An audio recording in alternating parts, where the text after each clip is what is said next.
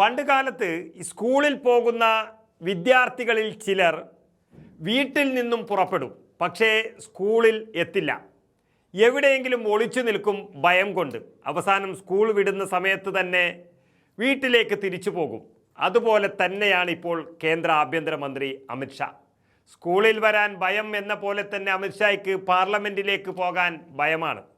ആഭ്യന്തരമന്ത്രി അമിത്ഷായെ കാണാനില്ല എന്ന വലിയ വാർത്തയെ തുടർന്ന് അന്വേഷണം പ്രഖ്യാപിച്ചിരിക്കുകയാണ് ഉപരാഷ്ട്രപതി. അതായത് ആഭ്യന്തരമന്ത്രി അമിത്ഷായെ സഭയിലേക്ക് വിളിപ്പിക്കണമെന്ന പ്രതിപക്ഷ ആവശ്യത്തിൽ അസാധാരണമായ നീക്കവുമായിട്ടാണ് ഇപ്പോൾ രാജ്യസഭാ അധ്യക്ഷൻ ഉപരാഷ്ട്രപതി രംഗത്ത് വന്നിരിക്കുന്നത്. പ്രതിപക്ഷത്തിൻ്റെ വികാരം ആഭ്യന്തരമന്ത്രിയെ അറിയിക്കാൻ വേണ്ടി കേന്ദ്രമന്ത്രി കിരൺ റിജിജുവിനെ ഉപരാഷ്ട്രപതി CP രാധാകൃഷ്ണൻ നിർദ്ദേശം നൽകി അയച്ചിരിക്കുകയാണ്. ഇത് അന്വേഷണത്തിന് സമാനമായ ഒരു ഉത്തരവായി രാജ്യം കാണുകയാണ്. ജനങ്ങൾ ജയിപ്പിച്ച് വിട്ട് ആഭ്യന്തരമന്ത്രിയായ ഒരാൾക്ക് സഭയിൽ വരാനും അതും നിർണായകമായ കാര്യങ്ങൾ ചർച്ച ചെയ്യേണ്ടുന്ന സഭയിലെ ഈ സമയത്ത് വരാതിരിക്കുകയും പ്രതിപക്ഷം നിരന്തരം ചോദ്യം ഉന്നയിക്കുകയും ഒക്കെ ചെയ്യുമ്പോൾ അതിന് ഉത്തരം പറയാൻ ബാധ്യസ്ഥരാണ് സഭ നിയന്ത്രിക്കുന്നവർ.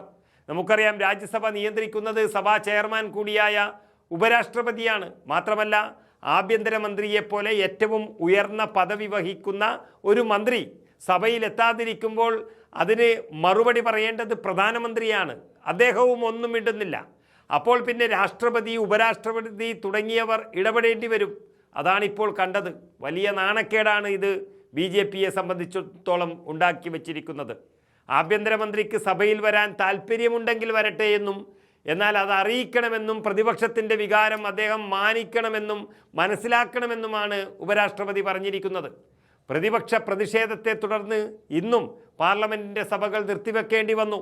വിദ്യാർത്ഥികൾക്കെതിരായ പോലീസ് നടപടിയിൽ അമിത്ഷാ പ്രസ്താവന നടത്തണമെന്നതാണ് ഇന്ത്യ സഖ്യത്തിൻ്റെ പ്രധാനപ്പെട്ട ആവശ്യം. അതിൽ നിന്ന് ഒരടി പിന്നോട്ട് പോകാൻ ഇന്ത്യ സഖ്യം തയ്യാറുമല്ല. അതിന് മറുപടി പറയാൻ ഭയന്നിട്ടാണ് അമിത്ഷാ ഇപ്പോൾ വരാതിരിക്കുന്നത്.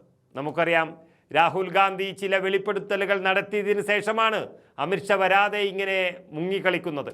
അതായത് കുട്ടികളെ പെല്ലറ്റ് ഉപയോഗിച്ച് വെടിവെക്കാൻ രഹസ്യമായി ഉത്തരവിട്ടത് അമിത്ഷായാണോ എന്ന രാഹുൽ ഗാന്ധിയുടെ ചോദ്യമാണ് അദ്ദേഹത്തെ ഭയപ്പെടുത്തിയത്.